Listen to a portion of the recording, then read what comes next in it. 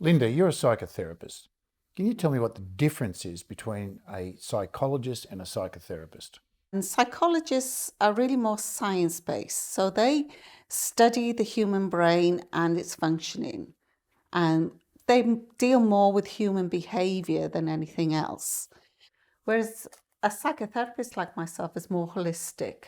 We deal mostly with the inner conflicts to help resolve any emotional issues. Both want the same for their clients, but ultimately it is up to the client to choose the best path for them and their issues. I can say though that trust and communication is definitely the key. If you don't have that with your therapist, then you're really not going to get that far. Okay, so now we know the differences. As a psychotherapist, what's your approach to therapy? Is it directing or is it leading? Both. Again, it really depends on the issue that the client brings to the counselling session. So, for instance, solution brief focused therapy is more to do with finding a solution to the problem rather than focusing on the problem itself.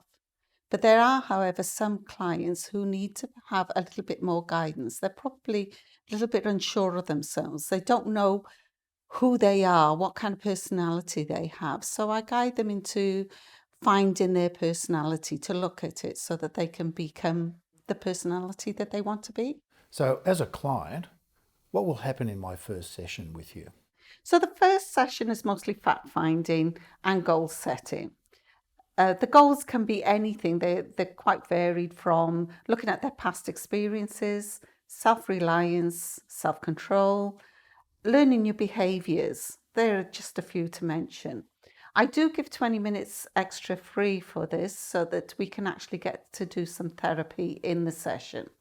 Just finally, so what's expected in the future sessions regarding, say, in terms of maybe homework preparation or reading that a client might need to do between our meeting times? I do give homework. I like to give homework. I think it is very valuable.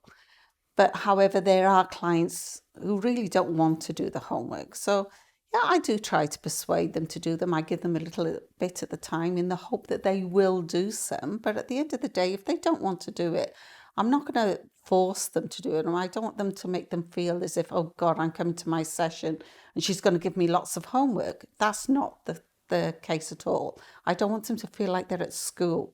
But ultimately, what I really want them to feel is that I want them to be curious about what's going on for them so that they can have a look at their past experiences and be curious what they've learned, how much they've learned, what they're learning, what more do they want to learn so that they could keep on progressing. So curiosity is the most important, I think. I want the client to feel positive about themselves as they walk out of the counselling room to start off their journey. Thank you very much, Lynda.